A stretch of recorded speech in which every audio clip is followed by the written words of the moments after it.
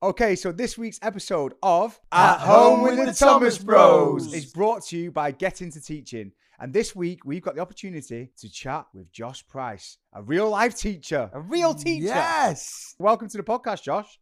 Thank you. I can confirm I am a real person. Thank you. And how long have you been a teacher for, Josh? Over 10 years. I was thinking about it the other day. It's a surprise, yeah. Wow. Did you start young then? Well, I had a year after university. I had a year doing a few jobs here and there, and then did a teacher training course, and then from 2014. That's crazy because I met my first ever form tutor recently, and I asked him how old he was when he was my form tutor, and I thought he was about 50. Yeah, you always think teachers are a He lot was like older. 23 or something. Can I just ask, Josh, what made you want to get into teaching? That year that I referred to, really, I was doing lots of jobs here and there where I grew up in my family home. Just realized that I was good with people, good at communicating. I went back to my old school and sort of just confirmed. I thought I'd try it out, and it confirmed that I wanted to do it. And then, like I said, I jumped onto a teacher training course. Yeah. And then I've been a teacher since. Because I don't know if you know this, but I play a teacher in a show called Waterloo Road.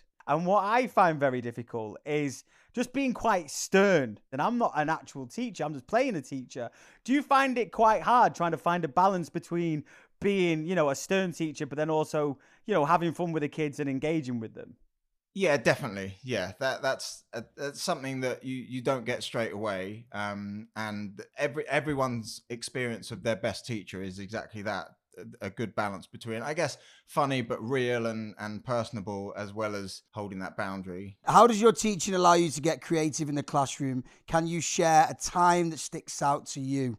Yeah, well, in the classroom, it's changed over the years how I've been creative. But I mentioned that I'm deaf and I sign using sign language, and using sign language in the classroom is definitely a way that I'm being creative myself. And it's really nice to see how the kids that you wouldn't expect actually respond to that and use it. Sign language is a really good way of getting all the kids to communicate at once. Yeah. Because if you say, if everyone answer A, B, or C, they can't all say A at the same time, but they can all sign A at the same time. So, and I can scan the room and have a look at it. But it's also the idea of that the world can be visual as well. So it's nice just to open them up to the visual world as well a bit. Josh, I've got a question for you. What's the one thing that you wish people knew more about teaching as a career?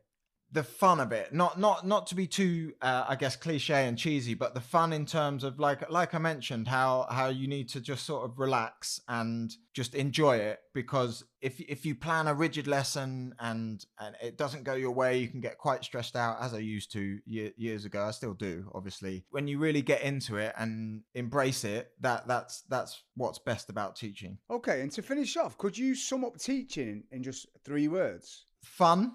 Every day is different. Rewarding. What you put in is you get back. And adaptable, I guess. You have to be adaptable as a person, and that's a skill that I've really developed and taken on as an individual, definitely. Yeah, so it's been so great to discuss how a career in teaching doesn't just impact the next generation, but shapes and develops the life of a teacher too. Bring your energy into the classroom, get it back multiplied, search, Get Into Teaching.